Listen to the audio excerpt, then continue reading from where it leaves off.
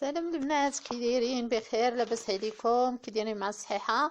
اليوم ان شاء الله جبت لكم واحد الوصفه رائعه بالدجاج والبيض. نتمنى من الله تعجبكم. ما تنسونيش من اللايك، واللي كيشوف لاول مره ما ينساش يدير ابوني ويفعل الجرس باش يوصلوا جديد ديال القناه. نبداو. خليكم مع المكونات وطريقه التحضير. كنحتاجو في المقادير واحد ديك فروج على هذا الشكل هذا، اولا جوج فرات صغيورين. كنحتاجو واحد جوج بصلات مشلوضين. كنحتاجو تقريبا واحد الكاس ديال الزبده، درت انا هنا 4 المعالق ديال الزبده. كنحتاجو هنا معدنوس، الملحه، الكمون، الابزار والتحميره بابريكا و10 البيضات. نتمنى المكونات كلهم يكونوا كيبانوا لكم مزيان.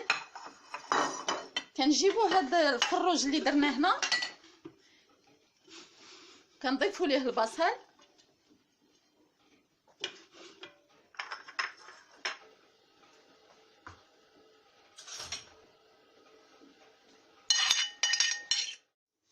دابا درنا البصله كنديروا عليها الفروج، كنقلبوه على الصدر ديالو، كنضيفوا لها الزبده،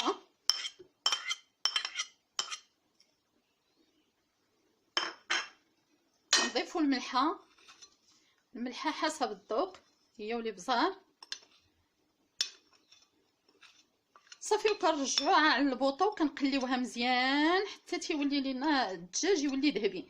واللي ما عندوش البنات هكا فروج وبغى يدير غير طريفات، بغى يدير غير في خيضات ولا جنيوحات ولا يديرهم بهذه الطريقه، راه كتجي روعه في المذاق. ما نقولش لكم كتجي لذيذه لذيذه لذيذه بزاف. غادي نرجعوا دابا الكوكوط فوق البوطه صافي. كتذوب لينا ديك الزبده وكنبقاو نقلبوا فيها هذا الفروج هذا، كنقلبوه فيها مزيان حتى تيولي ذهبي اللون، كيولي ذهبي. عاد باش كنمرقوها نديروا عليها واحد شويه ديال المرق، تقريبا واحد الكاس كبير تاع الماء فاش غطيب لينا. وغادي ما نسدوش عليها، غير نغطيوها ونخليوها واحد نص ساعه تقريبا حتى طيب لينا الدجاجه ديالنا. وندوزو للبيض، ندوزو نصوبو البيض اومليت حتى تنبغيو نقدموه، حتى تنقربوا نقدموا الطبق. عاد كندوزو باش نصوبو البيض. دابا غادي ندوزو نصوبو البيض ديالنا. غادي نبداو بسم الله.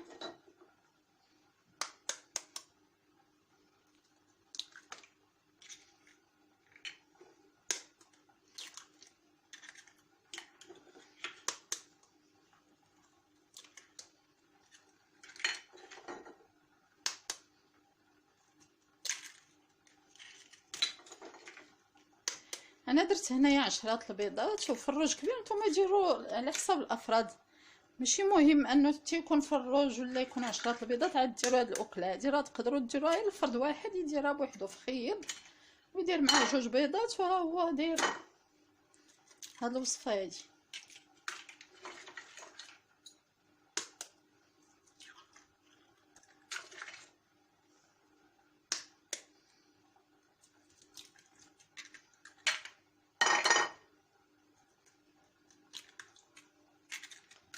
صافي كنضيفوا على هذاك المعدنوس،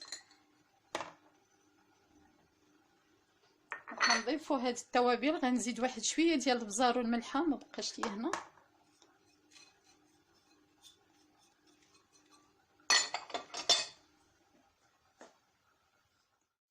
صافي وكنطرب هاد المكونات هادو مزيان.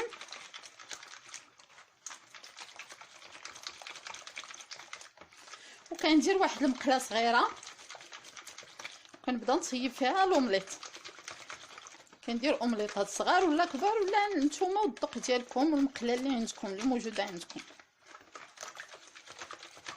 كندهنها بواحد شويه ديال الزبده ولا شويه ديال الزيت وكنبقى ندير فيها اومليطات، وكنحتفظ بهم سخان بيد ما يطيب ليا يوجد ليا الفروج ديالي ونقدموا الطبق ديالنا.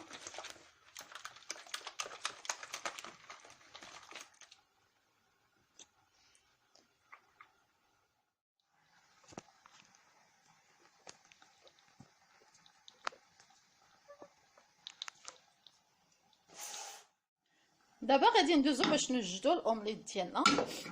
كندهنوه مقلاقلنا بشويه ديال الزيت.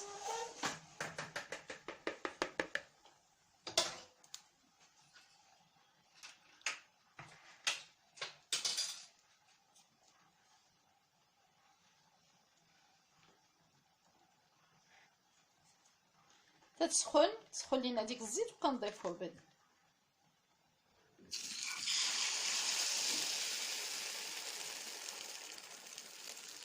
صافي وكنبقاو عليه حتى طيب لينا هذيك الاومليطه ديالنا.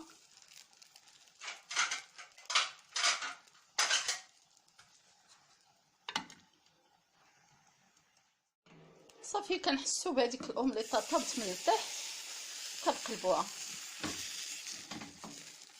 انا حمرتها كاع بزاف، حاولوا نتوما ما تحمروهاش هكا.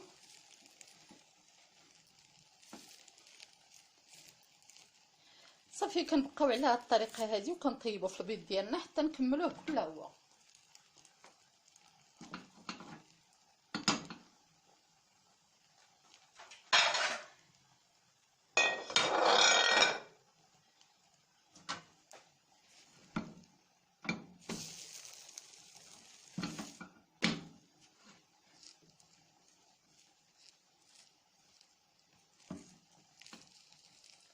ونغيروا شويه في الطياب ديالنا في الاطباق ديالنا ديال الدجاج. كنديروا اطباق بزاف الدجاج.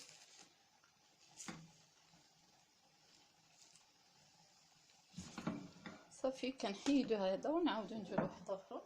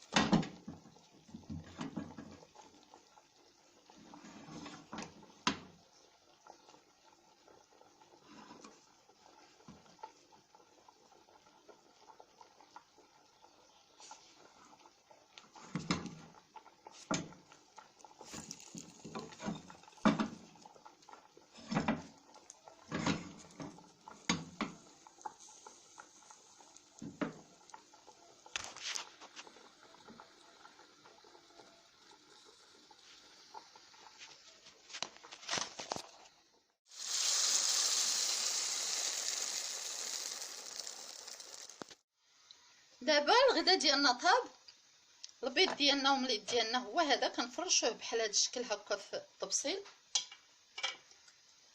هاد الفروج بغيتو تحمروه كتحمروه، بغيتو تفرقوه طريفات كتفرقوه على هاد البيض، ما بغيتوش كتحطوه نتوما على الشكل اللي بغيتو.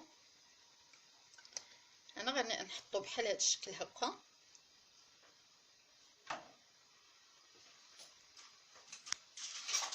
وكندير عليه واحد شويه ديال المريقه من ديك المريقه اللي صوبنا كنحطوها في الجناب على البيض. راه كتجي البنات وصفه لذيذه وريحتها لذيذه ما شاء الله. وهذا هو الشكل النهائي ديال الوصفه ديالنا. هانتوما البنات شفتوا كيف كتجي الدجاجه محمره غير في الكوكوت، غير في الزبده اللي درنا معاها كتحمر بها. نتوما بغيتو تزيدوا تحمروها كتدخلوها للفران. الشكل ديال الاومليت ديالنا حتى هو كيجي رائع في المنظر، طبق رائع. نتمنى من الله تجربوه. اللي كيشوفنا اول مره ما ينساش يدير ابوني ويفعل الجرس باش يوصلوا جديد ديال القناه. والسلام عليكم ورحمه الله تعالى وبركاته.